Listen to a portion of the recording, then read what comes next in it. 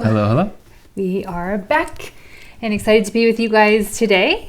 We get some questions on this, and so we thought we would talk about this. And that is about family traditions of traditions that we traditions, rituals, whatever you want to call them, I guess, that we do in our family, and like I think they strengthen our bond with our kids.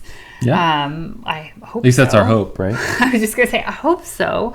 I feel like we hear from them like, "We love when we do this," or if we're not doing it, then they bring that up as well. Yeah.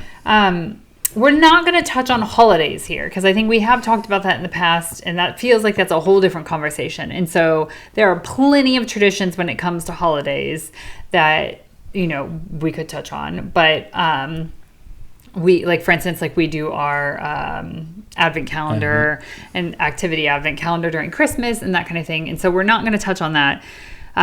You can go back and listen to that one, but we are going to talk about some of the just routine traditions that we have that may seem simple, but they work. And I think that's what we want to say is it doesn't have to be complicated. Like simple I things. think that's the biggest thing. Yeah. Really do make a difference. Yeah. Like simple traditions actually, make a huge difference. And in a lot of ways, not going all out for all the things like. Yeah. And you might laugh when we say some of them because you might be like, oh, well, we do that. Or isn't that a thing? Everyone does that. I don't know.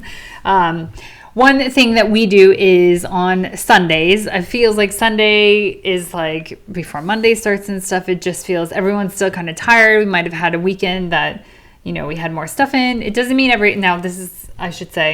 this is pretty consistent on Sundays. It doesn't mean something comes up and then we don't do this. But on Sundays, we do what is called snacky lunch.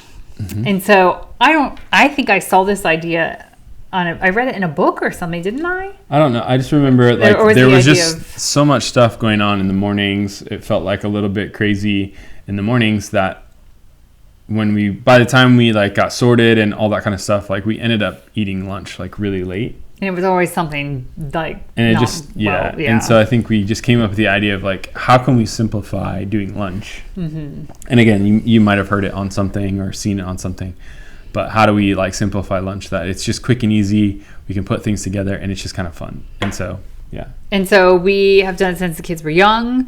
And so it's taken on different shapes or form as they've gotten older. But currently it looks like Pat makes homemade popcorn. We usually have some crisp or chips. Chips for the States, crisp for here. We'll have like cut up apples. We'll have some cut up vegetables with some dip or hummus or something. Cheese, crackers, sometimes different meats. I mean, the variety of stuff can like change and stuff like that. But it's just like we kind of... Sometimes we'll play a board game and we'll have it laid out on this table. Often we'll pick a show that we want to watch together as a family. Now sometimes it's more challenging than others to everyone to be on board with that. We do get into things that it's like a season of something and everyone wants to watch it. And so we'll put all that stuff on the coffee tables. It's the one time they get to eat on the sofa. Sometimes we regret that decision. Often we regret that decision, and it's just like everyone knows it's kind of our time to come and just chill and relax before maybe there's things in the afternoon that we need to wrap up and things like that for the week or get school bags packed, all that stuff. And so it has been something that if we're not doing it, the kids are like, oh, are we not doing snacky lunch? Sometimes if we do have something going on that Sunday, we'll pop it to snacky dinner. So we try to keep it like on Sunday and we'll move it around. I think the big thing for me is like, I know that that's happening. So we make sure we have some snacky stuff in our house. Like we're not having, it's not causing stress of that. And you guys, it really is so simple. Like it's not that big of a thing. And we made it simple for a reason because it tends to be a day that we feel very busy and exhausted, and all of us, not just us. And didn't want it. Some people, I know their Sunday lunch is like a big deal. Well, here it's like roast and all that kind of thing. And it's a big, more elaborate thing, but neither of us have the energy to put that together on Sunday. I think realizing too, our snacky lunch isn't just junk either. No, we like it is like still like good stuff as well. Like there's everything's kind of mixed in, but definitely it's just more. It's more of the idea of it's easy to put together. Well, and it's since we don't typically have crisp in our house, but I'll buy one bag a week and we share it as a family. I mean, that shows you it's a small amount that we're all getting. We share it as a family on that day, and so that is also like a treat to them. and that kind of thing. And so something that is a slight treat, like also, it does that. It's really fun. Yeah. So that is one tradition. And the reason why I think it creates a bond is because it's something we all do together. We have the kids' input. So sometimes they'll say, hey, can we start having this or that kind of thing for having snacky lunch? We definitely will bond over like a game we're playing or a show we're watching or that kind of thing. Like it is, well, we may not, with this particular tradition, we may not be talking the whole time. It definitely creates like that bonding feeling of like, this is something we do together as a family. I mean, I don't know about you. I'm pretty sure we've talked about this before, but like, I remember growing up and like there were like certain evenings that you would sit down with your family and watch like a show and things like that. And now because of streaming and like all that kind of stuff, like I feel like there's not that anticipation or that like fun family gathering time that you can do, at least around the TV and things like that.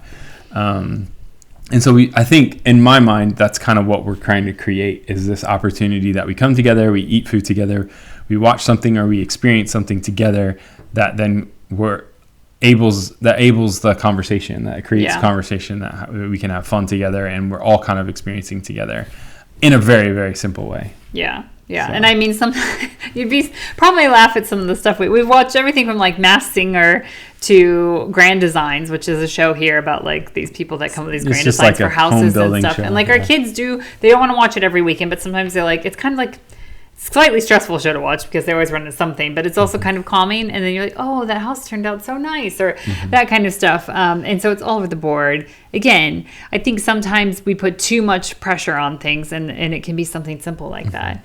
And so you're going to laugh when I say this one, especially if you're American, because you're like, yeah, everyone does that, don't they? Like we do Taco Tuesday.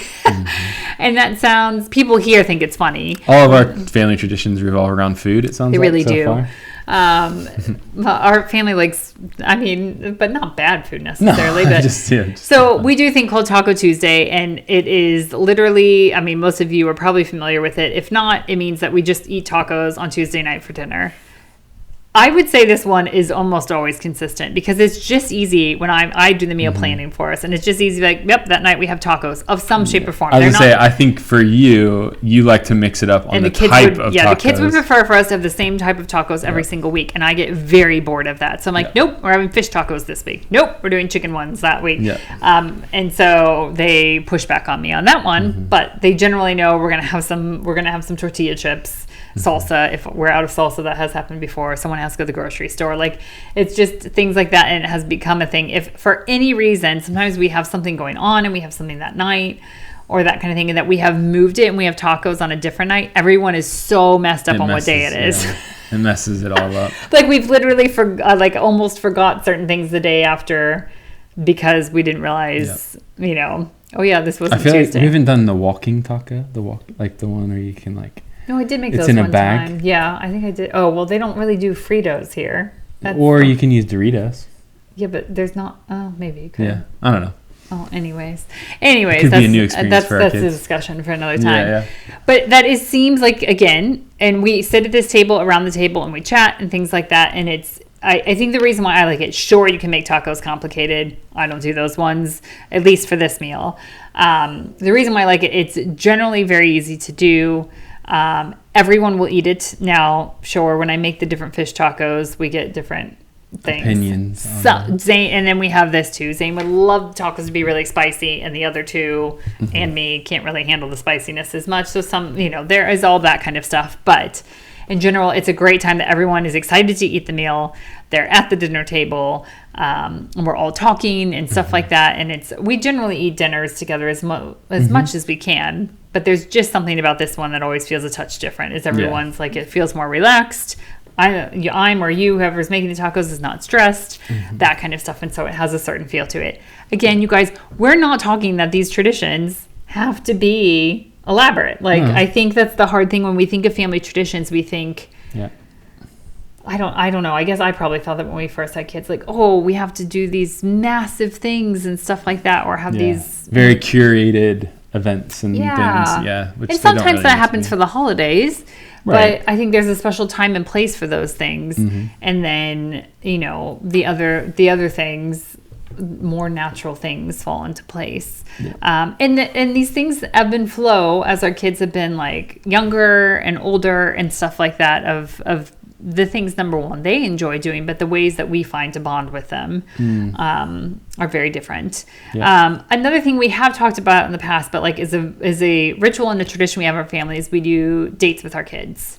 And so what it typically looks like is it's one of us. So like I will go with Veda and we will have a date and we will do, again, this to me at first, I felt like we had to do elaborate. And like it had to look a certain way. And where do we end up going the majority of the time? Usually McDonald's for food, and then something simple that we do with them after that. Yes. I tend to steer our kids away from McDonald's because you don't like it either. It's not my favorite thing. Not our favorite thing, but they love it. And so if we do that, then we go and we take them and they eat there. But because we don't eat there that often, they're so excited to eat there. And so it will mean one-on-one time with one parent and one kid. Occasionally, if there's something going on, it'll be one-on-one time with both parents, but that's a little bit harder to do with just the ages and stuff that our kids are right now.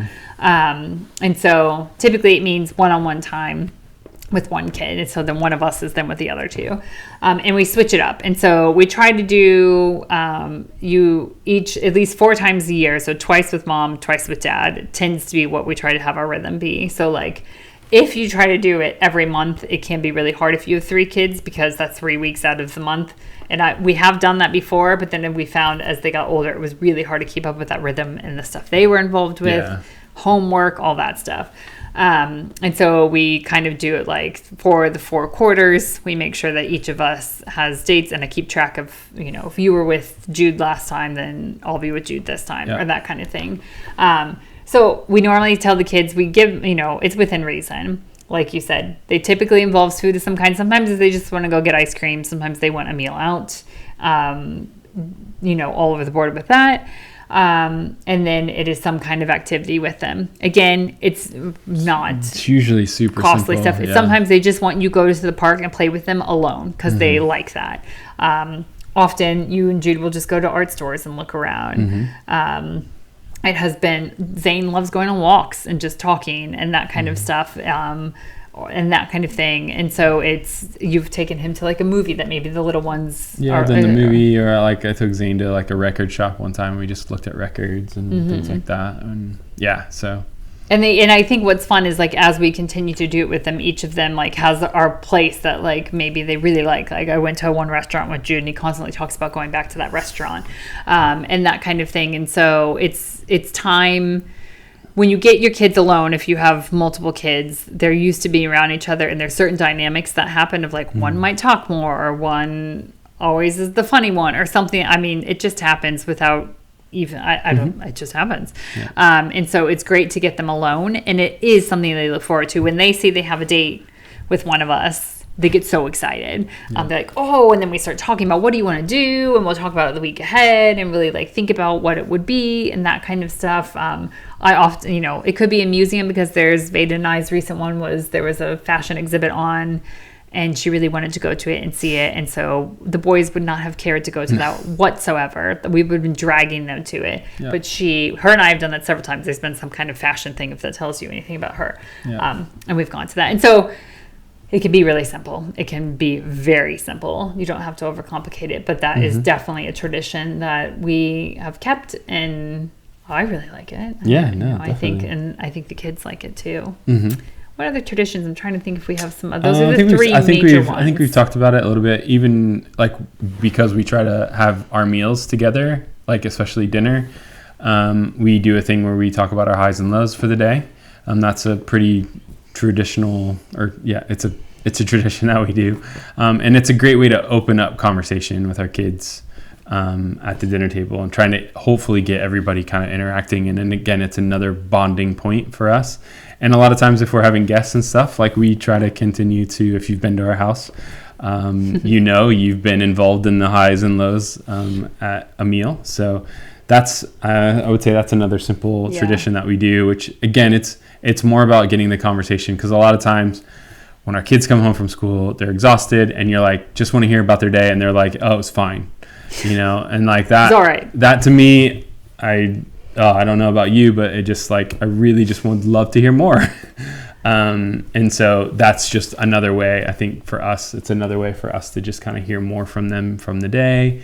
And also for their siblings to hear from them during the day, and just kind of, especially sometimes, like, especially with the low, like sometimes we can go further with that and like talk about like, oh, you know, tell me more about that and things like that. So then potentially that could skew our conversation in a really helpful way that we could help whoever said that or whatever, or just to be aware of actually what is going on, and things like that. And so that's just, I like that simple tradition. And I think we've gotten that from other people that for sure used to do that with their family and things like that. And so we've probably kind of taken that on from others. So. And again, it doesn't mean it happens every single night. Sometimes we'll get off on a tangent and we'll be talking about something else and we haven't even done the high lows.